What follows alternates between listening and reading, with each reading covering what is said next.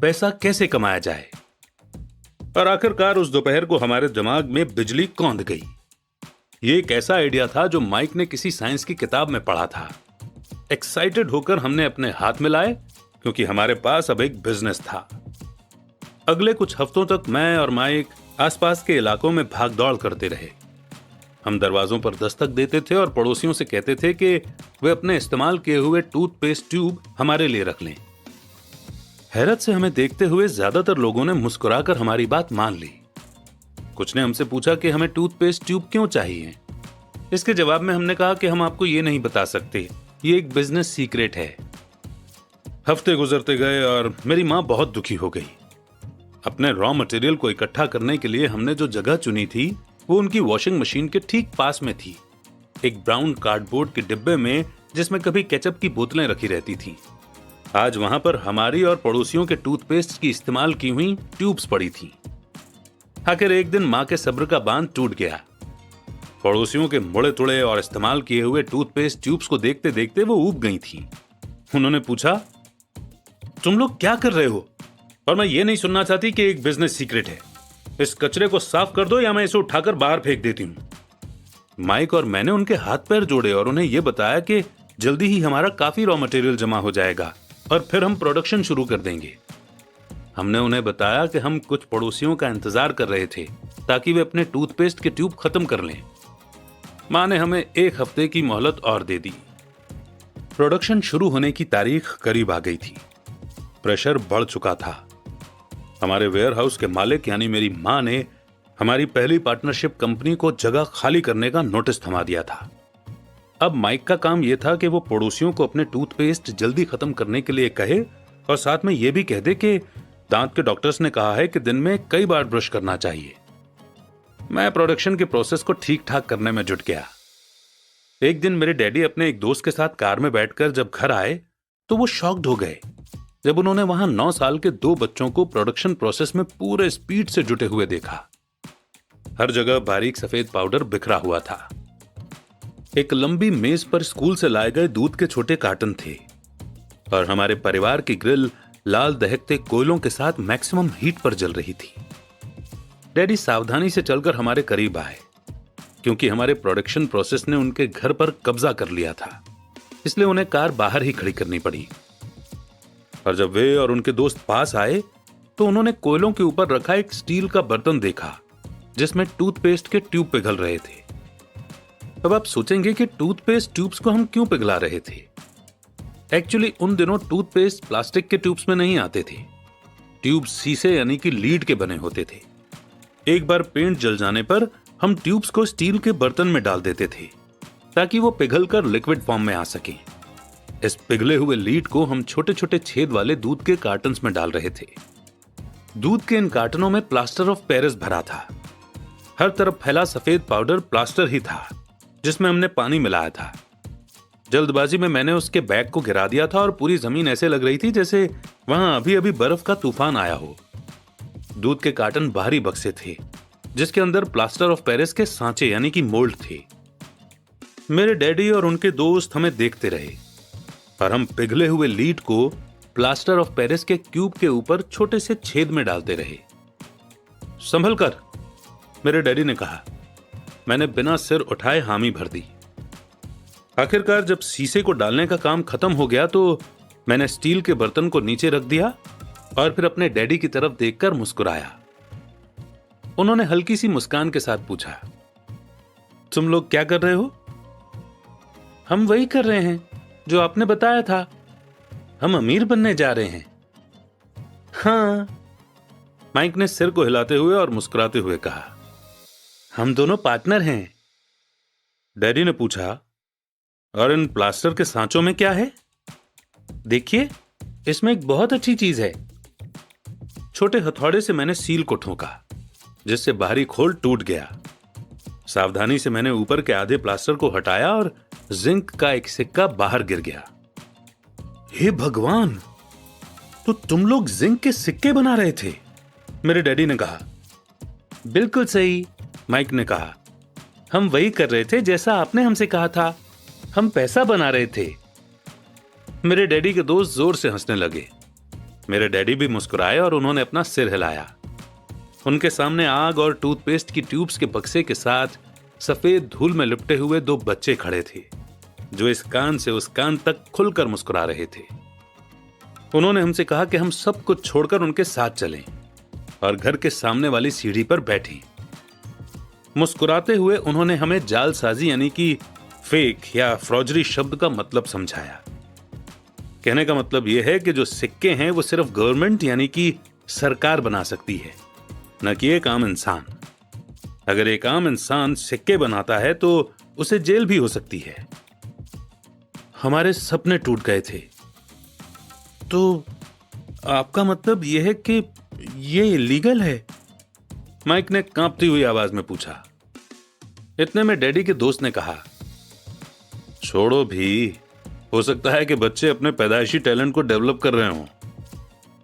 मेरे डैडी उन्हें घूरते रहे। हाँ, यह इलीगल है, डैडी ने नरमी से कहा, पर तुम लोगों ने यह साबित कर दिया है कि तुम में बहुत ज्यादा क्रिएटिविटी और ओरिजिनल आइडिया हैं। इसी तरह आगे बढ़ते रहो, मुझे तुम पर गर्व है। निराश होकर माइक और मैं तकरीबन 20 मिनट तक चुपचाप अपना सिर पकड़कर बैठे रहे। इसके बाद हमने सारा घर साफ करना शुरू किया। पहले ही दिन हमारा बिजनेस चौपट हो गया था। पाउडर साफ करते हुए मैंने माइक की ओर देखा और कहा, मुझे लगता है जिमी और उसके दोस्त ठीक कहते हैं, हम सचमुच गरीब हैं। जब मैंने ये कहा तब डैडी बस जाने ही वाले थे। उन्होंने कहा, बच्चों, तुम गरीब तभी कहलाओगे जब तुम लोग हार मान लोगे। सबसे इंपॉर्टेंट चीज यह है कि तुमने कुछ किया। ज्यादातर लोग सिर्फ अमीर बनने के बारे में बातें करते रहते हैं और उसके सपने देखते रहते हैं। तुमने कुछ किया है, मुझे तुम दोनों पर गर्व है। मैं एक बार फिर से यही कहूंगा, आगे बढ़ते चलो, हार मत मानो। माइक और मैं खामोश खड़े रहे। ये शब्द सुनने में अच्छे थे, पर हमें यह नहीं पता था कि हमें क्या करना चाहिए। तो ऐसा क्यों है डैडी, क्या आप अमीर नहीं हैं? मैंने पूछा। क्योंकि मैंने एक स्कूल टीचर बनने का फैसला किया था। स्कूल के टीचर अमीर बनने के बारे में नहीं सोचते, हम सिर्फ पढ़ाना पसंद करते हैं। काश कि मैं तुम लोगों की मदद कर सकता, पर हकीकत में मैं ये नहीं जानता कि दौलत कैसे कमाई जाती है। माइक और मैं पलटे और अपने सफाई अभियान में जुट गए। डैडी ने कहा, हाँ, अगर तुम लोग ये सीखना ही चाहते हो कि अमीर कैसे बना जाता है तो मुझसे मत पूछो। माइक, तुम अपने डैडी से ये सवाल पूछो। मेरे डैडी? माइक ने हैरानी से कहा। हाँ, तुम्हारे डैडी। मेरे डैडी ने मुस्कुरा कर कहा, तुम्हारे डैडी और मेरा बैंकर एक ही है और वो तुम्हारे डैडी की बहुत तारीफ करता है। उसने मुझे कई बार यह बताया है कि पैसा बनाने में तुम्हारे डैडी का कोई जवाब नहीं। मेरे डैडी? माइक ने एक बार फिर से हैरानी से पूछा। फिर ऐसा क्यों है कि स्कूल के अमीर बच्चों की तरह हमारे पास शानदार कार और आलीशान बंगला नहीं है? शानदार कार और आलीशान बंगले के होने का मतलब यह नहीं होता कि आप पक्के रूप से अमीर हैं या आप पैसा बनाने की कला जानते हैं, डैडी ने जवाब दिया। जिमी के डैडी शुगर प्लांटेशन में काम करते हैं। उनमें और मुझ में ज्यादा फर्क नहीं है। वे एक कंपनी के लिए काम करते हैं और मैं गवर्नमेंट के लिए। कंपनी उन्हें कार खरीद कर दे देती है। इस समय चीनी की कंपनियां फाइनेंशियल प्रॉब्लम्स में फंसी हुई हैं और जिमी के डैडी के पास जल्दी ही कुछ नहीं बचेगा। तुम्हारे डैडी अलग हैं माइक। ऐसा लगता है कि वे एक एम्पायर बनाने जा रहे हैं और मेरा अंदाज है कि कुछ ही सालों में वे बहुत अमीर बन जाएंगे। ये सुनकर माइक और मैं एक बार फिर से एक्साइटेड हो गए। नए जोश से हमने अपने डूबे हुए बिजनेस के कचरे को साफ करना शुरू कर दिया। जब हम सफाई कर रहे थे तो हमने यह भी प्लान बना लिया कि कब और कैसे माइक के डैडी से बात की जाए। प्रॉब्लम यह थी कि माइक के डैडी बहुत ज्यादा काम करते थे और देर रात तक घर नहीं लौटते थे। माइक के डैडी के पास कई वेयरहाउस, कंस्ट्रक्शन कंपनी, स्टोर्स की चेन और 3 रेस्टोरेंट्स थे। रेस्टोरेंट्स के कारण ही उन्हें घर लौटने में देर हो जाती थी। सफाई खत्म करने के बाद माइक बस पकड़कर अपने घर चला गया। वो अपने डैडी से बात करने वाला था, चाहे वे कितनी ही देर से घर लौटें, और उनसे पूछने वाला था कि क्या वे हमें अमीर बनने की तरकीब सिखाने के लिए तैयार हैं। माइक ने मुझसे वादा किया कि जैसे ही वो अपने डैडी से बात कर लेगा वो मुझे फोन करेगा, चाहे कितनी ही देर क्यों ना हो जाए। फोन रात को 8:30 बजे आया। ओके, अगले शनिवार, मैंने कहा और फोन रख दिया। माइक के डैडी माइक और मुझसे मिलने के लिए तैयार हो गए थे। शनिवार की सुबह 7:30 बजे मैंने शहर के दूसरे हिस्से में जाने के लिए बस पकड़ी और सबक शुरू हुए। मैं तुम्हें 1 घंटे के 10 सेंट दूंगा। 1956 की सैलरी के हिसाब से भी 10 सेंट हर घंटे की सैलरी से कम थे। माइकल और मैं सुबह 8 बजे उसके डैडी से मिले।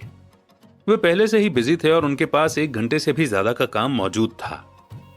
जब मैं उनके साधारण छोटे और साफ घर के सामने पहुंचा तो मैंने देखा कि उनका कंस्ट्रक्शन सुपरवाइजर अपने पिकअप ट्रक में वहां से जा रहे थे। माइक मुझे दरवाजे पर ही मिल गया। डैडी अभी फोन पर हैं और उन्होंने कहा है कि हम लोग पीछे के एरिया में उनका इंतजार करें, माइक ने दरवाजा खोलते हुए कहा। जब मैंने उसके पुराने घर की दहलीज के अंदर कदम रखा तो लकड़ी के पुराने फर्श की चरमराहट सुनाई दी। दरवाजे के अंदर सस्ती सी चटाई थी। चटाई वहां इसलिए रखी गई थी ताकि फर्श पर पड़े अनगिनत पैरों के निशानों को छुपाया जा सके। हालांकि वो साफ थी, पर यह साफ दिखता था कि वो पुरानी हो गई थी और उसे बदल देना चाहिए। जब मैं लिविंग रूम में घुसा तो वहां मेरा दम घुटने लगा था। वहां पुराने फर्नीचर की बू आ रही थी और उसमें कोई शक नहीं है कि उस फर्नीचर को म्यूजियम में होना चाहिए था। सोफे पर 2 औरतें बैठी थीं जिनकी उम्र मेरी मां से थोड़ी ज्यादा होगी। औरतों के सामने एक आदमी मजदूरों के कपड़ों में बैठा हुआ था। उसने खाकी पैंट और खाकी शर्ट पहन रखा था। हालांकि कपड़े साफ और प्रेस किए हुए थे। उस आदमी की उम्र मेरे डैडी से लगभग 10 साल ज्यादा होगी, शायद 45 साल। ये लोग कौन हैं? मैंने पूछा। अरे ये लोग डैडी के लिए काम करते हैं। बूढ़ा आदमी उनके वेयर हाउसों को संभालता है और औरतें रेस्टोरेंट की मैनेजर हैं। और तुमने उस कंस्ट्रक्शन सुपरवाइजर को तो देखा ही होगा जो यहां से 50 मील दूर एक सड़क के प्रोजेक्ट पर काम कर रहा है। उनका दूसरा सुपरवाइजर जो बहुत से घर बना रहा है वो तुम्हारे आने के पहले ही जा चुका है। क्या ऐसा हमेशा ही होता है? मैंने पूछा। हमेशा तो नहीं, पर अक्सर ऐसा ही होता है, माइक ने कहा और मेरे पास अपनी कुर्सी खींचते हुए वो मुस्कुराया। मैंने उनसे पूछा था कि क्या वे हमें पैसा बनाना सिखाएंगे। माइक ने मुझे बताया। अच्छा, और उन्होंने इसका क्या जवाब दिया? मैंने एक्साइटेड होकर पूछा। पहले तो उनके चेहरे पर हंसी आई, फिर कुछ सोचकर उन्होंने कहा कि वे हमारे सामने एक ऑफर रखेंगे। अच्छा, मैंने कहा और अपनी कुर्सी की पीठ दीवार से टिका ली। मैं वहां कुर्सी के पिछले 2 पैरों के सहारे टिका बैठा रहा। माइक ने भी ऐसा ही किया। क्या तुम्हें पता है वो कौन सा ऑफर देने वाले हैं? मैंने पूछा। नहीं, पर हमें जल्दी इसका पता चल जाएगा। अचानक माइक के डैडी उस पुराने दरवाजे से घुसकर उस कमरे में दाखिल हुए जहां हम बैठे हुए थे। माइक और मैं अपने पैरों पर कूद गए। आदर के कारण नहीं, बल्कि इसलिए कि हम चौंक गए थे। तो बच्चों, तैयार? माइक के डैडी ने एक कुर्सी हमारे पास खिसकाते हुए पूछा। हमने अपने सिर हिलाए और अपनी कुर्सियों को दीवार के पास से खींचकर उनके सामने रख लिया। वे एक लंबे चौड़े शरीर के मालिक थे, लगभग 6 फीट ऊंचे और वजन करीब 90 किलो होगा। मेरे डैडी इससे ऊंचे थे, लगभग इसी वजन के, और माइक के डैडी से 5 साल बड़े। वे लगभग एक जैसे ही थे, हालांकि दोनों एक ही प्रजाति के नहीं थे। हो सकता है कि उनकी एनर्जी एक सी हो। माइक का कहना है कि तुम पैसा कमाना सीखना चाहते हो। क्या यह सही है रॉबर्ट? मैंने तुरंत सहमति में अपना सिर हिलाया। हालांकि मुझे थोड़ा सा डर भी लग रहा था। उनके शब्दों और मुस्कुराहट के पीछे बहुत ताकत थी। अच्छा, ये रहा मेरा ऑफर। मैं तुम्हें सिखाऊंगा, लेकिन मैं ऐसा क्लासरूम के स्टाइल में नहीं करूंगा। अगर तुम मेरे लिए काम करोगे तो उसके बदले में तो मैं तुम्हें सिखाऊंगा, और तुम मेरे लिए काम नहीं करोगे तो मैं तुम्हें नहीं सिखाऊंगा। अगर तुम काम करते हो तो मैं तुम्हें ज्यादा तेजी से सिखा सकता हूं, और अगर तुम सिर्फ बैठकर मेरी बातें सुनते हो जैसा कि तुम लोग स्कूल में करते हो तो इससे मेरा समय बर्बाद होगा। ये मेरा ऑफर है, इसे या तो मान लो या फिर वापस लौट जाओ। क्या मैं पहले आपसे एक सवाल कर सकता हूं? मैंने पूछा। नहीं, इसे या तो मान लो या फिर वापस लौट जाओ। मेरे पास बर्बाद करने के लिए फालतू समय नहीं है, अभी ढेर सारा काम पड़ा हुआ है। अगर तुम में तुरंत फैसला करने की क्षमता नहीं है तो तुम कभी पैसे कमाना नहीं सीख पाओगे। मौके आते हैं और चले जाते हैं, इसीलिए तुरंत फैसला लेने की एबिलिटी एक इंपॉर्टेंट स्किल है। तुमने जैसा चाहा था वैसा एक मौका तुम्हारे सामने मौजूद है। अगले 10 सेकंड में या तो पढ़ाई शुरू हो जाएगी या फिर यह हमेशा के लिए खत्म हो जाएगी। माइक के डैडी ने चिढ़ाने वाली मुस्कुराहट के साथ कहा। मंजूर, मैंने कहा। मंजूर, माइक ने कहा। बहुत बढ़िया। 10 मिनट में मिसेस मार्टिन आ जाएंगी, उनसे बातें करने के बाद मैं तुम्हें उनके साथ भेज दूंगा और तुम लोगों का काम शुरू हो जाएगा। मैं तुम्हें हर घंटे के 10 सेंट दूंगा और तुम हर शनिवार 3 घंटे काम करोगे। पर आज तो मेरा सॉफ्टबॉल का मैच है, मैंने कहा। माइक के डैडी ने अपनी आवाज को धीमा पर कड़क करके कहा, या तो मान लो या फिर वापस लौट जाओ। मान लिया, मैंने जवाब दिया। सॉफ्टबॉल खेलने के बजाय काम करने और सीखने का ऑप्शन चुनने में ही समझदारी थी। शनिवार की खुशनुमा सुबह 9 बजे माइक और मैं मिसेस मार्टिन के साथ काम कर रहे थे। वे एक दयालु और सब्र वाली औरत थीं। वे हमेशा कहा करती थीं कि माइक और मुझे देखकर उन्हें अपने दोनों बच्चों की याद आ जाती है जो अब बड़े हो गए थे और दूर चले गए थे। हालांकि वे दयालु थी, पर वे कड़ी मेहनत में विश्वास करती थी और इसलिए वे हमेशा काम करती रहती थीं। वे बहुत कड़क मैनेजर थीं। हम 3 घंटे तक डब्बों को शेल्फ पर से उतारते थे, उनकी धूल साफ करते थे और फिर उन्हें वापस वहीं पर रख देते थे। ये बड़ी मेहनत का काम था और बोरियत भरा भी। माइक के डैडी को मैं अपना अमीर डैडी कहता हूं। उनके पास इस तरह के 9 सुपरमार्केट थे जहां पार्किंग के लिए बहुत सी जगह थी। पड़ोस के जनरल स्टोर जहां लोग दूध, ब्रेड, बटर और सिगरेट जैसी चीजें खरीदते हैं। समस्या यह थी कि हवाई में एयर कंडीशनिंग नहीं थी और गर्मी के कारण स्टोर्स अपना दरवाजा बंद नहीं कर सकते थे। स्टोर के दोनों ओर दरवाजों को पूरा खुला रखा जाता था ताकि सड़क और पार्किंग की जगह सामने दिखती रहे। जब भी कोई कार पार्किंग में आती थी तो उसके साथ धूल का गुबार भी आता था जो स्टोर में घुसकर डिब्बों पर जम जाता था। इसीलिए हम लोगों की नौकरी तभी तक चलती जब तक कि एयर कंडीशनिंग नहीं हो जाती, क्योंकि उसके बाद दुकान के डिब्बों में धूल नहीं जमती और ना ही हमें उन्हें साफ करने के लिए नौकरी पर रखा जा सकता था। 3 हफ्तों तक माइक और मैं मिसेस मार्टिन के पास जाकर 3 घंटे तक काम करते रहे। दोपहर तक हमारा काम खत्म हो जाता था और वो हम में से हर एक के हाथ में 3 छोटे सिक्के डाल देती थी।